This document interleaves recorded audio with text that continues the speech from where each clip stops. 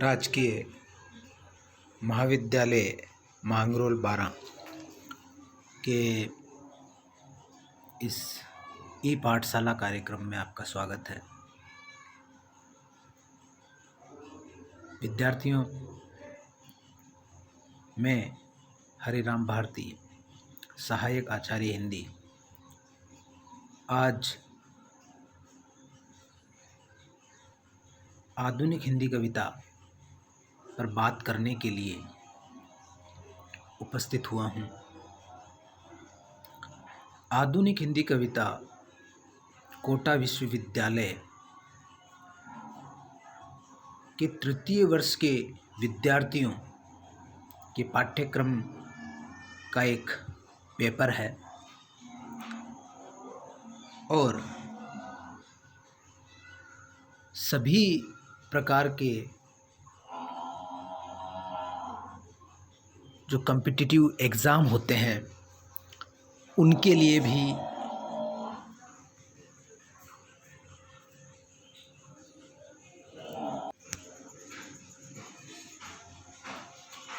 भी ये उपयोगी होगा।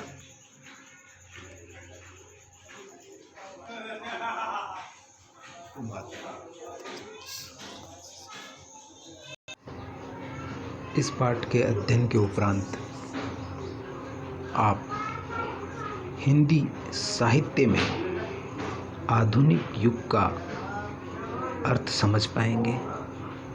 आधुनिक काव्य से क्या तात्पर्य है इसको जान पाएंगे। आधुनिक काल और मध्यकाल का जो हिंदी साहित्य है उसमें क्या अंतर है यह आप जान पाएंगे।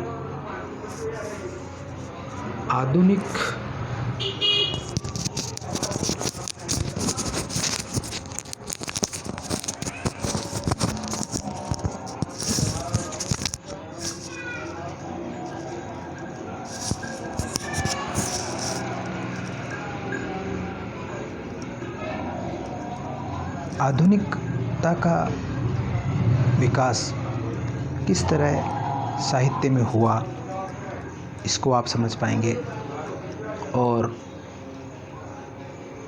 आधुनिकता के प्रभाव में हिंदी में कौन कौन से विमर्श या काव्य आंदोलन चले इसकी भी आप जानकारी प्राप्त कर पाएंगे।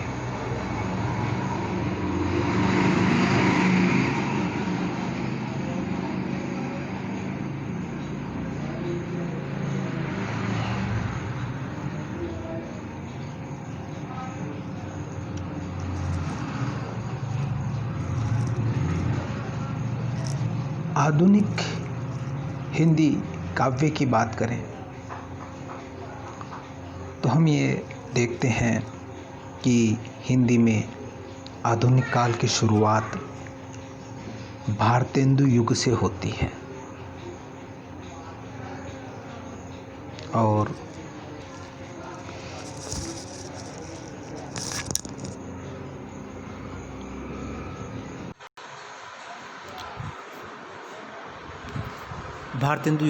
है और हम ये देखते हैं कि भारतेंदु युग में काव्य भाषा के रूप में जो रीतिकाल से चली आ रही ब्रज भाषा है वो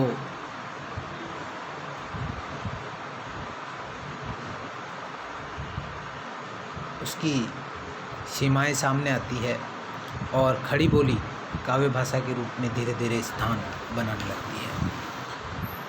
दूसरी जो बात वो ये है कि आधुनिक काव्य पर ब्रिटिश राज के फलस्वरूप पाश्चात्य विचारों का प्रभाव पड़ा।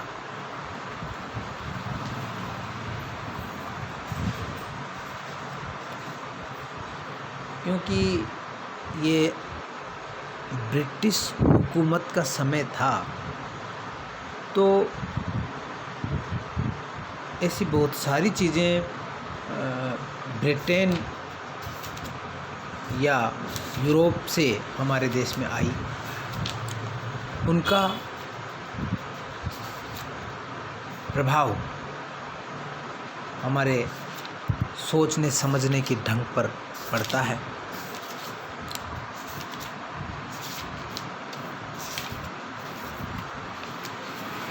उनमें से जो मुख्य चीज़ है वो है कि शिक्षा का पश्चिमीकरण।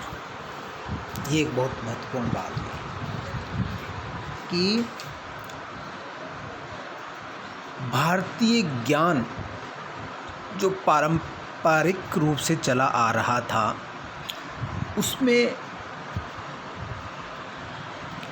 पश्चिम के ज्ञान विज्ञान के नए संदर्भों का समावेश हुआ। अब अंतर क्या था भारतीय ज्ञान और पश्चिमी ज्ञान में कि भारतीय ज्ञान का जो लक्ष्य था, कोई भी व्यक्ति आधुनिक काल से पहले जो ज्ञान प्राप्त करता था उसका लक्ष्य आध्यात्मिक और पारलौकिक था। आध्यात्मिक उन्नति करना, आत्मज्ञान करना या परलोक को सुधारना, यही एक ज्ञान का लक्ष्य था। जबकि जो पाश्चात्य ज्ञान था उसका जो लक्ष्य था वो भौतिक और इहलौकिक उन्नति था। भौतिक जीवन में उन्नति करना इसका लक्ष्य था।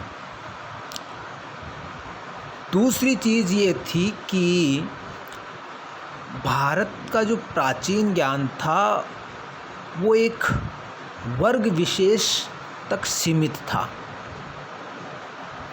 जबकि पाश्चात्य जो ज्ञान था वो सर्वसुलभ था। ये एक बड़ा अंतर था। तो इन तमाम चीज़ों के कारण हिंदी कविता का फलक काफ़ी विस्तृत हुआ। उसमें साहित्य का लोकतांत्रिककरण हुआ। दूसरी चीज़ है, अगली चीज़ है कि वैज्ञानिक विचार पद्धति, औद्योगिक और तकनीकी विकास ने कविता के मानदंड बदल दिए। एक पाश्चात्य शिक्षा पद्धति के फलस्वरूप एक जो नई चीज़ आई वो थी कि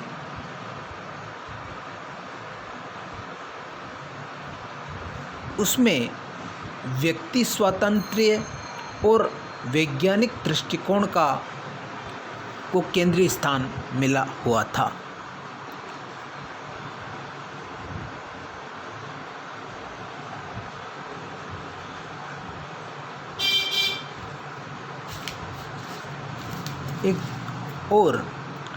एक और प्रभाव तकनीकी का ये हुआ कि यातायात के साधनों का विकास हुआ। और जो यातायात के साधनों के विकास के फलस्वरूप बहुत सारी चीज़ें भारत में आई और भारत की चीज़ें बाहर गई। तो विचार जो पहले सीमाओं में बंधे हुए थे वो अब सीमाओं को पार करने लगे। लोगों को विदेशों की जानकारी हुई तो बहुत सारी जो कमियां हैं उनका पता चला। और पुराने जो संकीर्ण विचार थे उनको भंग करने में यातायात के साधनों का बहुत बड़ा योगदान रहा। एक मुख्य कारण ये था कि छापे खाने का आविष्कार, इसने एक बहुत बड़ा रोल निभाया। छापे खाने का आविष्कार होने से एक ही पुस्तक की या एक ही काव्य ग्रंथ की बहुत सारी प्रतियां छपने लगी। तो इसलिए साहित्य सब लोगों के हाथों में पहुंचने लगा। पहले जब हस्तलिखित साहित्य का दौर था तो ज़्यादा से ज़्यादा एक पुस्तक की कितनी प्रतियां आप छापेंगे, लिखेंगे, क्योंकि हाथ से लिखनी पड़ती थी तो बहुत कम कर पाते थे। लेकिन जो ही छापे खाने का आविष्कार हुआ ये विदेशों से यहाँ हमारे आया, तो इसने क्या किया कि साहित्य का लोकतांत्रिकरण किया। अब साहित्य सबके हाथों में पहुँचने लगा और साथ ही अखबार छपने लगे। और भारतीय पुनर्जागरण में इस प्रेस का या मीडिया का बहुत बड़ा एक रोल रहा।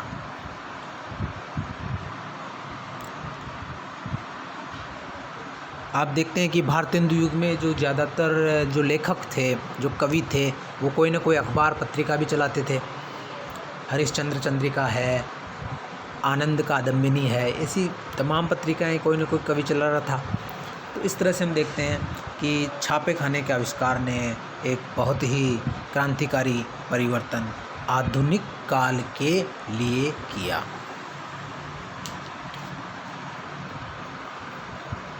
एक जो चीज़ है कि आधुनिकता का विकास भारतेंदु युग में जब हुआ तो उसके पीछे एक वैचारिक आंदोलन भी था। आप जानते हैं कि भारत में एक भारतीय पुनर्जागरण हो रहा था और पश्चिमी विचारों को चुनौती मिल रही थी।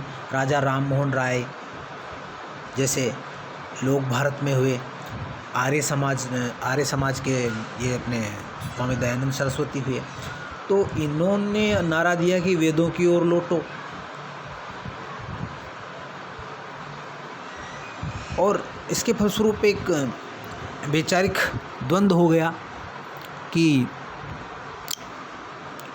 आर्य समाजी वैदिक युग की रीति नीतियों की ओर लौट जाना चाहते थे। उस समय की राजनीतिक, सामाजिक और सांस्कृतिक विचारधारा पर आर्य समाज का विशेष प्रभाव पड़ा और मध्यकाल में नए परिवेश के फलस्वरूप जाति प्रथा, छुआछूत, बाह्य आडंबर आदि के विरोध में जैसे भक्ति आंदोलन खड़ा हुआ था, वैसे ही अपने यहाँ भी जागरण और सुधार काल शुरू हुआ। आधुनिक काल में जागरण और सुधार काल शुरू हुआ। तो ये चीज़ें हैं। और फिर ये आधुनिकता जैसे जैसे हम नए विचारों के संपर्क में आए, वैसे वैसे आधुनिकता का विकास होता गया। अब है आधुनिकता की अवधारणा। आधुनिकता जो शब्द है वो अधुना अव्यय से निर्मित हुआ है। आधुनिक शब्द अधुना अव्यय से निर्मित हुआ है। आधुनिक शब्द का अर्थ क्या होता है? आधुनिक शब्द का अर्थ होता है नया, हाल का, वर्तमान समय का। एक तथ्य ये है कि आज जो आधुनिक है वही कुछ समय बाद पुराना हो जाता है। जो चीज़ें आज हमें आधुनिक नज़र आती है वही कुछ समय बाद वही विचार पुराना पड़ जाता है। साहित्य के इतिहास में अंतिम कालावधि को आधुनिक काल के नाम से जाना जाता है। आधुनिकता का अर्थ है मध्यकालीनता से मुक्ति। मध्यकालीनता के मुख्य लक्षण हैं श्रद्धा, आस्था और विश्वास। इसके बजाय जो आधुनिकता के जो मुख्य विशेषताएं हैं वो है तर्क, विवेक और विचार की स्थापना। तो आधुनिक होने का मतलब यह है कि आप ज़्यादा तार्किक ढंग से सोचते हैं, आप अधिक विवेकपूर्ण ढंग से सोचते हैं और विचार की स्थापना करते हैं। विश्वास के स्थान पर विचार की स्थापना करते हैं। आधुनिक शब्द नवीनता का सूचक है, वैज्ञानिक दृष्टि से परिचायक है, वैज्ञानिक दृष्टि का परिचायक है। इसमें तर्क वितर्क की प्रवृत्ति समाहित है, साथ ही ये बौद्धिकता का संकेतक भी है।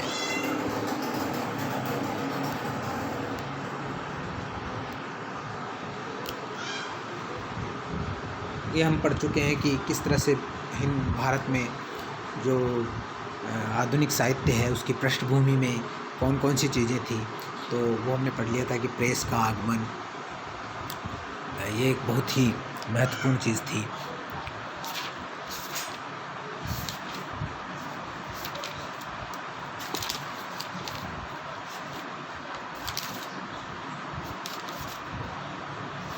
आपको ये तो जानकारी होगी कि राजा राम मोहन राय ने 1821 में संवाद कौमुदी नामक एक साप्ताहिक बांग्ला पत्र का प्रकाशन शुरू किया था।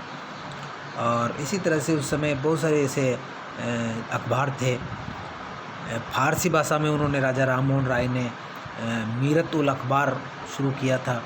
इसी तरह से बात करें अपन हिंदी की, तो हिंदी का पहला जो दैनिक पत्र था, समाचार पत्र, वो समाचार सुधावर्षण था, जो 1854 ईस्वी में श्याम सुंदर सेन के संपादन में कलकत्ता से निकला था। तो इस तरह से धीरे धीरे जो पढ़ने लिखने की जो चीज़ें हैं और जो प्रेस के कारण जो क्रांति है वो शुरू होती है। आपको ये भी जानकारी होनी चाहिए कि भारतवर्ष में मुद्रण यंत्र यानी जो प्रिंटिंग प्रेस है उसको लाने का श्रेय पुर्तगालियों को था, और ये पुर्तगाली लगभग 16वीं शताब्दी में ही इन्होंने यहाँ मुद्रण यंत्र लाए थे वो, लेकिन वो धीरे धीरे प्रचलित हुए, तकनीकी खामियां थी, बाद में उसमें विकास होता रहा। तो आरंभिक रूप से तो ये जो मुद्रण यंत्र थे इनका काम था धार्मिक पुस्तकों को छापना, लेकिन फिर धीरे धीरे अखबार भी इनसे छपने लगे।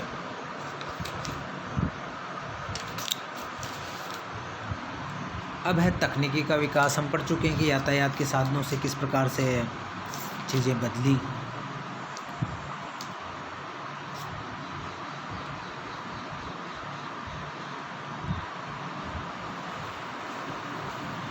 क्योंकि जब भी कोई तकनीक आती है तो वो अपने साथ में एक विचार भी लेके आती है, इसमें कोई संदेह नहीं है। तो इसके फलस्वरूप काफ़ी परिवर्तन हुए। संचार के साधन आए, जैसे कि संचार डाक व्यवस्था की स्थापना हुई, और ये सार्वजनीन थी, यानी सब अपने पत्र आदि भेज सकते थे। तो इस तरह से ये भी एक बहुत बड़ा कारण बना। इसके अलावा रेल की व्यवस्था, ये अपने संचार जो तार टेलीग्राम था उसकी भी शुरुआत हुई। अंग्रेजी शिक्षा व्यवस्था और पश्चिमी वैज्ञानिक दर्शनों से परिचय हुआ। ये हम पढ़ चुके हैं कि किस तरह से लॉर्ड मैकाले ने अंग्रेजी शिक्षा व्यवस्था को बढ़ावा दिया और किस तरह से भारतीय और अंग्रेजी शिक्षा में अंतर था, ये भी हम पढ़ चुके हैं। और पश्चिम के जो दर्शन थे उनसे भी हमारा परिचय बढ़ा, ख़ास तौर से जो प्लेटो है, सुकरात है, अरस्तु है और लॉन्जाइनस है, और जो काव्य शास्त्री थे पश्चिम के उनसे भी परिचय बढ़ा। तो उसके फलस्वरूप जो काव्य के नए मानदंड है वो भी सामने आए, और पश्चिम के जो अंग्रेज़ी के नाटककार हैं, शेक्सपियर हैं, जॉर्ज बर्नार्ड शॉ है, उनके नाटकों का अनुवाद भी हिंदी में हुआ। इब्सन है। तो कुल मिलाकर के जब पश्चिम के साहित्य का अनुवाद हिंदी में होने लगा तो एक विचार भी उधर वहाँ से आया, जिसमें काफ़ी कुछ भारतीयों के लिए नई चीज़ें थी।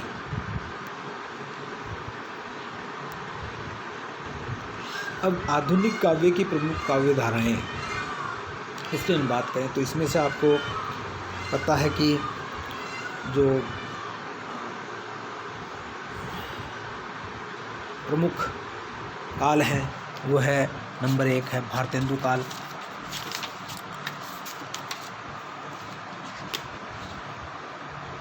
भारतेंदु काल की जब हम बात करते हैं तो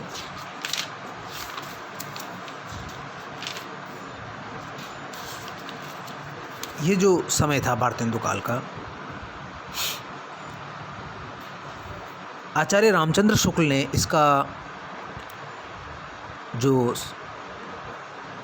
काल विभाजन किया है उसके अनुसार संवत 1925 से संवत 1950 तक की अवधि को उन्होंने प्रथम उत्थान, आधुनिक काव्य का प्रथम उत्थान बताया, और ये मुख्य रूप से भारतेंदु हरिश्चंद्र के रचना काल को दृष्टि में रख करके किया गया था। हम इसको पुनर्जागरण काल भी कहते हैं। अलग अलग विद्वानों ने इसका अलग अलग समय बताया है, और कुछ विद्वान ये मानते हैं कि भारतेंदु ने एक मासिक पत्रिका निकाली थी जिसका नाम कवि वचन सुधा था। उसका प्रकाशन वर्ष 1868 था। अतः 1868 ईस्वी से भारतेंदु युग का उदय माना जा सकता है, और सरस्वती पत्रिका के प्रकाशन जो ये 1900 ईस्वी में छपी थी उससे भारतेंदु युग की समाप्ति मानी जा सकती है। मतलब 2 पत्रिकाएं हैं, कवि वचन सुधा जो 1868 में छपती है और सरस्वती जो 1900 में छपती है। उसके बीच का जो समय है वो भारतेंदु युग के नाम से जाना जाता है। अब आप ये मानते हैं कि कोई भी जो काल होता है वो एकाएक एक सन में तो समाप्त होता नहीं है, जो पुरानी जो प्रवृत्तियां हैं वो लगातार चलती रहती हैं और जो नवीन प्रवृत्तियां हैं वो भी अपना आकार लेती है। तो भारतेंदु से पहले क्योंकि रीतिकाल था, तो रीतिकालीन जो प्रवृत्तियां हैं वो भारतेंदु युग में काफ़ी प्रमुखता से दिखाई देती है। इसके अलावा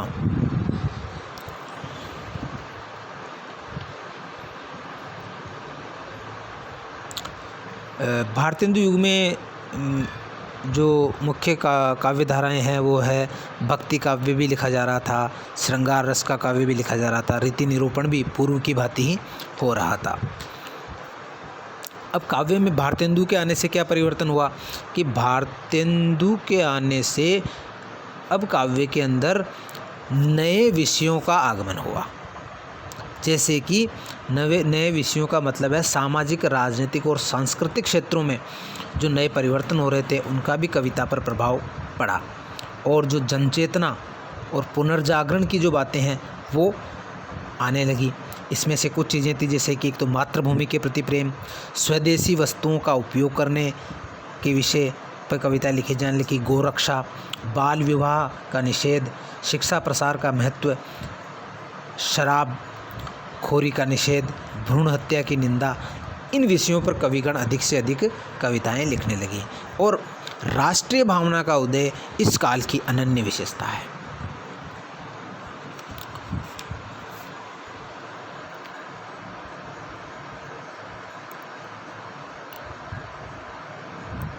क्योंकि राष्ट्रीय भावना के उदय का कारण ये था कि एक तो जब पश्चिम के संपर्क में आए तो दूसरे राष्ट्रों से अपने राष्ट्र की तुलना होने लगी, तो इससे राष्ट्रीय भावना का उदय हुआ और जनता के पास ये भावनाएं आसानी से अखबारों के द्वारा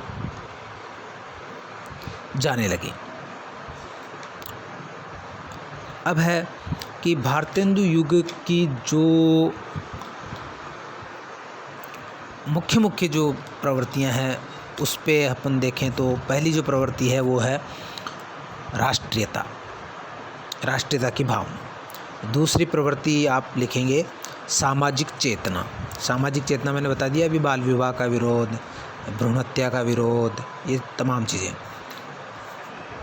और राष्ट्रीयता के अंदर स्वदेशी वस्तुओं का उपयोग करना, इन तमाम चीज़ों का है। इसी तरह से भक्ति भावना ये पहले की तरह ही इसमें बनी रही।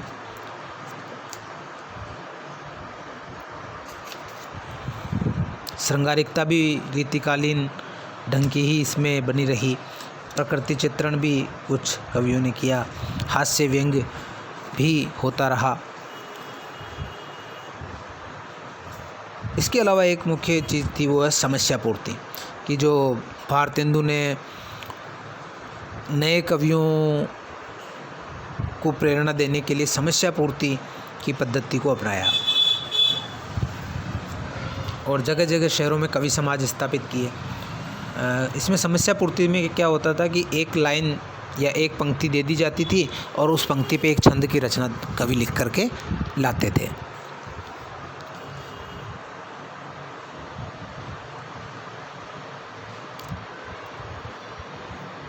जैसे कि मान लो एक लाइन दे दी, प्रेमघन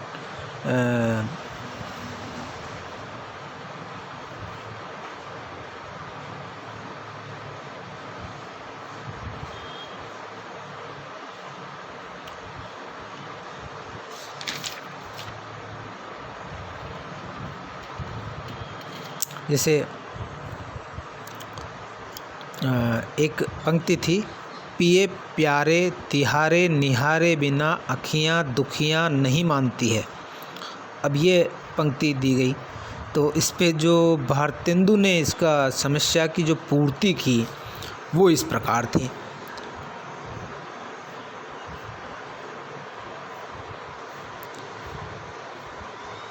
ये संग में लागी ये डोले सदा, बिन देखे न धीरज आनती है। छिनहूँ जो वियोग परे हरिचंद, तो चाल प्रलय की सुठानती है। बसनी में थिरे न झपे उझपे, पल में न समाई वो जानती है। पिए प्यारे तिहारे निहारे बिना अखियाँ दुखियाँ नहीं मानती है। इस तरह से ये समस्या पूर्ति का भी एक दौर चला। इसके अलावा बहुत सारी चीज़ें इसमें आप पढ़ते हैं। तो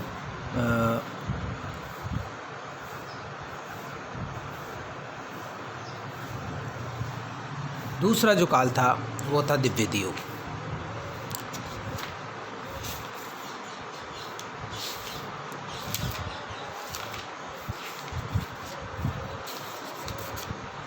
द्विवेदी युग जो था उसका समय हम जानते हैं कि सरस्वती पत्रिका जब 1900 से छपी, उसके संपादक महावीर प्रसाद द्विवेदी थे। उनसे इसका आरंभ माना जाता है और ये लगभग 1918 तक ये काल चलता है, द्विवेदी युग चलता है। इसको हम जागरण सुधार काल भी कहते हैं।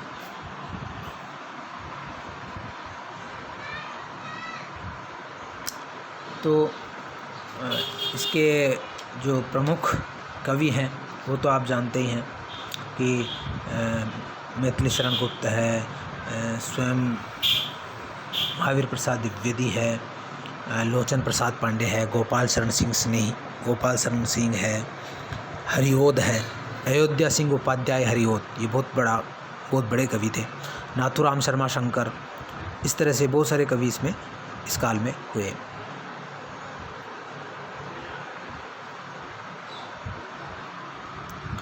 अब इसकी क्या प्रमुख प्रवृत्तियाँ थी? तो इसमें भी वही प्रवृत्तियाँ थी कि एक तो इसमें राष्ट्रीयता की भावना प्रधान रूप से थी।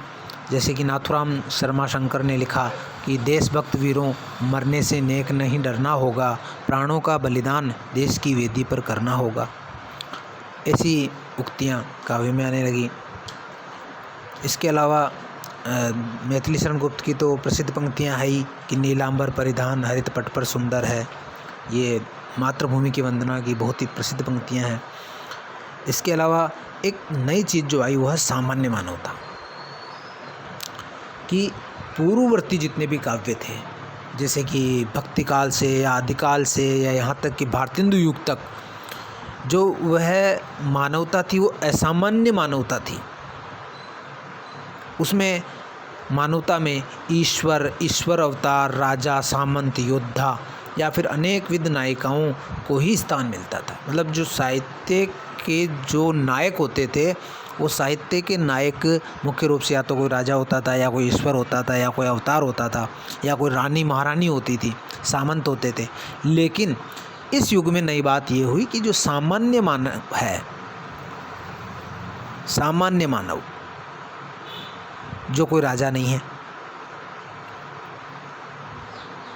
सामंत नहीं है, कोई योद्धा वीर नहीं है, उसको नायक बनाने का काम इस कविता ने शुरू किया। महावीर प्रसाद द्विवेदी ने सरस्वती पत्रिका में ऐसी कविताओं को स्थान दिया जो सामान्य मानवता को विषय बनाकर लिखी गई थी। और उन्होंने लिखा कि भाई चींटी से लेकर के हाथी तक संसार में ऐसी कोई वस्तु नहीं है जिस पे कविता नहीं लिखी जा सकती। महापुरुषों पर तो कविता लिखें ही, लेकिन साथ में सामान्य चीज़ों पर भी कविताएं लिखी जानी चाहिए। इसके अलावा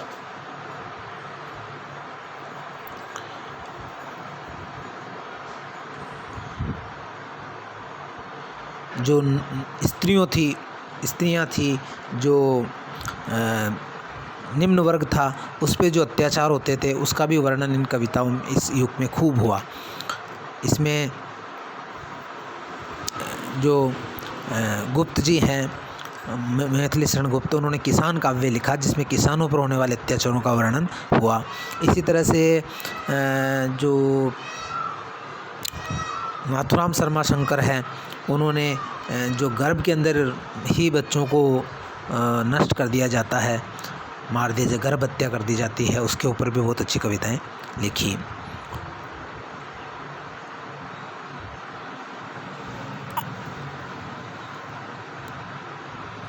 इसके अलावा इसमें एक नीति और आदर्श की बातें भी खूब इस युग में मिलती है, क्योंकि गांधी जी का प्रभाव था। गांधी जी उस समय स्वतंत्रता आंदोलन का नेतृत्व कर रहे थे, तो उनके प्रभाव के फलस्वरूप कवियों ने नीति और आदर्श की बातें राष्ट्रीय जागरण के लिए की। जागरण और सुधार काल इसीलिए हम कहते हैं इसमें कि काव्य में भी सुधार हुआ और समाज में जो सुधार हो रहे थे उसकी अभिव्यक्ति इस युग में होती है। बहुत प्रेरणादायी छंद भी लिखे गए।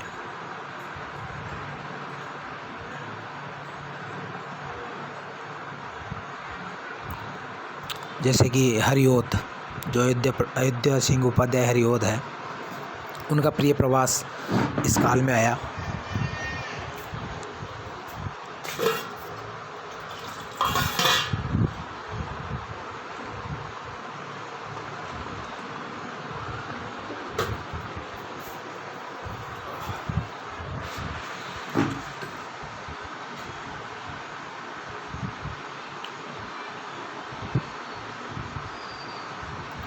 इसी तरह से उसके बाद में जो एक आधुनिकता का विकास के क्रम में जो नई काव्यधारा आई वो थी छायावाद। छायावाद का समय लगभग 1918 से 1935-36 तक माना जाता है। कुछ लोग इसको 38 भी मानते हैं, क्योंकि उसके बाद में प्रगतिवाद की शुरुआत हो जाती है। तो इसके जो 4 स्तंभ है छायावाद के वो हैं, एक तो जयशंकर प्रसाद, सुमित्रानंदन पंत, सूर्यकांत त्रिपाठी निराला और महादेवी वर्मा। ये मुख्य रूप से 4 स्तंभ छायावाद के माने जाते हैं। छायावाद की बहुत सारी विशेषताएं हैं। इसमें प्रेम और श्रृंगार तो है ही। प्रेम सौंदर्य की कविता है छायावाद। सांस्कृतिक जागरण की भावना छायावाद में खूब दिखाई देती है। इसके अलावा एक रहस्यवाद की प्रवृत्ति भी इसमें मुख्य रूप से दिखाई देती है। ये जो रहस्यवाद है ये मुख्य रूप से जो बांग्ला के रविंद्रनाथ टैगोर हैं उनके प्रभाव से इसमें आया है। जो गीतांजलि को क्योंकि 1913 में नोबेल पुरस्कार मिल चुका था, तो उसका एक बहुत बड़ा प्रभाव हिंदी कवियों पर हुआ। और गीतांजलि मुख्य रूप से रहस्य भावनाओं से प्रधान एक कविता है, काव्य ग्रंथ है, तो उसका भी प्रभाव इस पर पड़ता है। फिर बाद में आता है प्रगतिकाल, प्रगतिवाद, जो 1938 से क्योंकि 1936 में प्रगतिशील लेखक संघ का सम्मेलन लखनऊ के अंदर होता है और प्रेमचंद उसकी अध्यक्षता करते हैं। तो हम ये देखते हैं कि 1935-36 के बाद में जो मार्क्सवादी विचारधारा है और जो साम्यवादी विचारधारा है उसका प्रभाव जो कवि हैं उन पर प्रभाव पड़ता है। तो बहुत सारे ऐसे कवि आते हैं, नागार्जुन हैं और अपने त्रिलोचन हैं और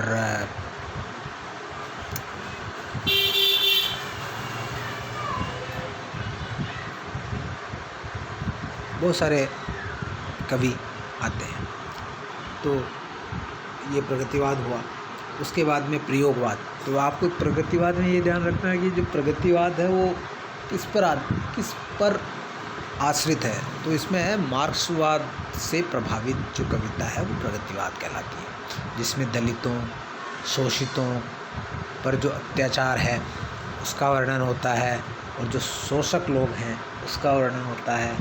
ये जो तमाम चीज़ें हैं ये इसमें दिखाई देती है। इसके अलावा प्रयोगवाद के अंदर जो मुख्य चीज़ है वो उसके जो प्रवर्तक है वो अज्ञे को माना जाता है, क्योंकि अज्ञे ने जब तार सप्तक नाम से जो 3 तार सप्तक निकाले थे उन्होंने, तो इन तार सप्तकों में जो कवि थे वो मुख्य रूप से अपने आप को प्रयोगवादी कवि कहते थे। और उन्होंने न केवल कथ्य के स्तर पर बल्कि शिल्प के स्तर पर भी काव्य में नए प्रयोग कर रहे थे।